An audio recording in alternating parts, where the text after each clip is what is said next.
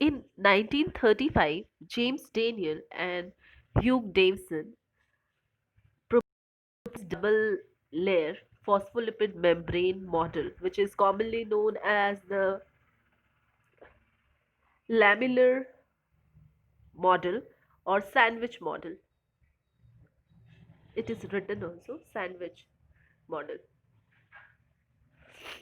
Why it was named as such? It was named because the cell membrane is made up of double layer of phospholipid molecules with a single continuous layer of protein molecules on either side.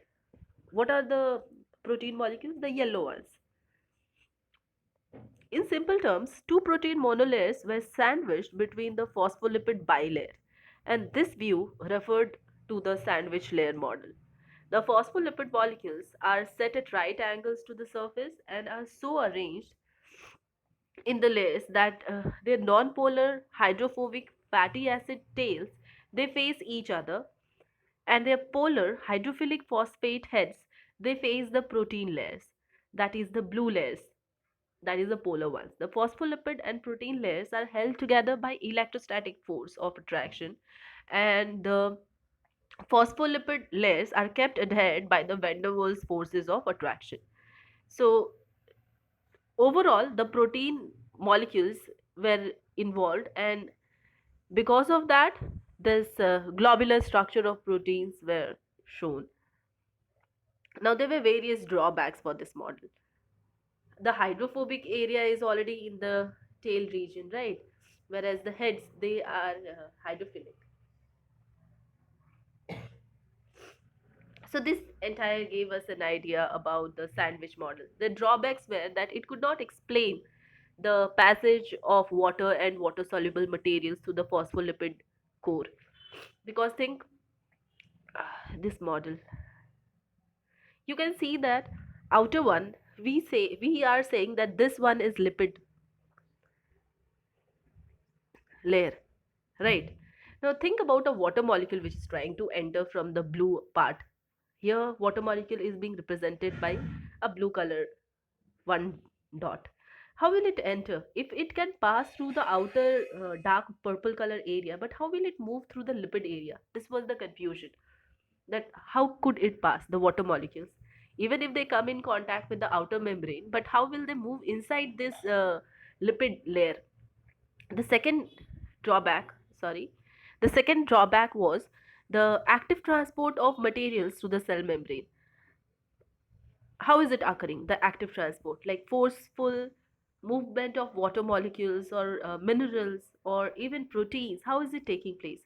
Moreover, there was more confusion regarding the stability of structures and even the functionality, and the specific functionality and variability of the structure was not very prominent. So that's why, because of these few drawbacks, the Davison model was scrutinized, or it was again worked upon by different scientists. So later on, Robertson's model came into existence, and this was given by David Robertson. He examined the electron microscopic structure of the cell membrane, and he saw the red blood cells. Robertson also used the same red blood cells which was used by the Overton, the first person who gave the idea about the plasma membrane. He found that there were three layers in the red blood cells. Two dark staining layers were there, and a single light staining layer was present in between. So the outer dark layers,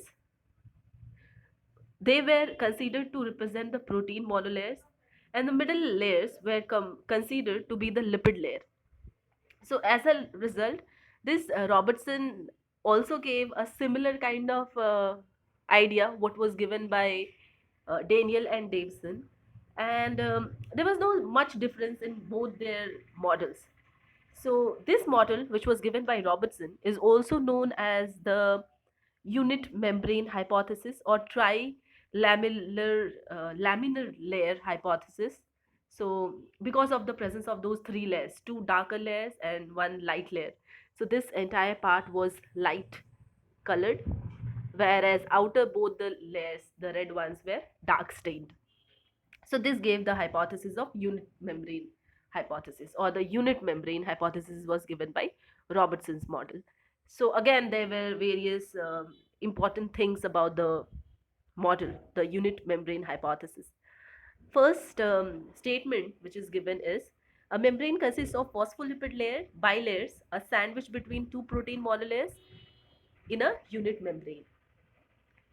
So that is the first hypothesis. Second hypothesis is that there are various membranes in the cell, and our unit membranes, which are multiple of unit membranes, or multiple unit membranes are present in a structure, because the cell membrane and the membranes of the endoplasmic reticulum or Golgi apparatus, lysosomes, they all are unit membranes. Every place we see the unit membrane being present. But there is a difference in case of mitochondria and plastid. What is there? There are double membranes which are present. Double unit membranes are present in case of both of them. So that was a drawback over there. That was a question mark. That how can it be possible that there is double layer, double plasma membrane present in case of mitochondria as well as plastid? That was a question. Next is about the thickness of the unit membrane. According to Robertson, 75 angstrom was the thickness of the entire layer of this entire plasma membrane, in which the middle phospholipid membrane was bilayer was of 35 angstrom, whereas the peripheral proteins in both the cases were of 20 angstrom each. Angstrom is 10 to the power minus 10. So that gave the 75 angstrom thickness idea about the Robertson's model.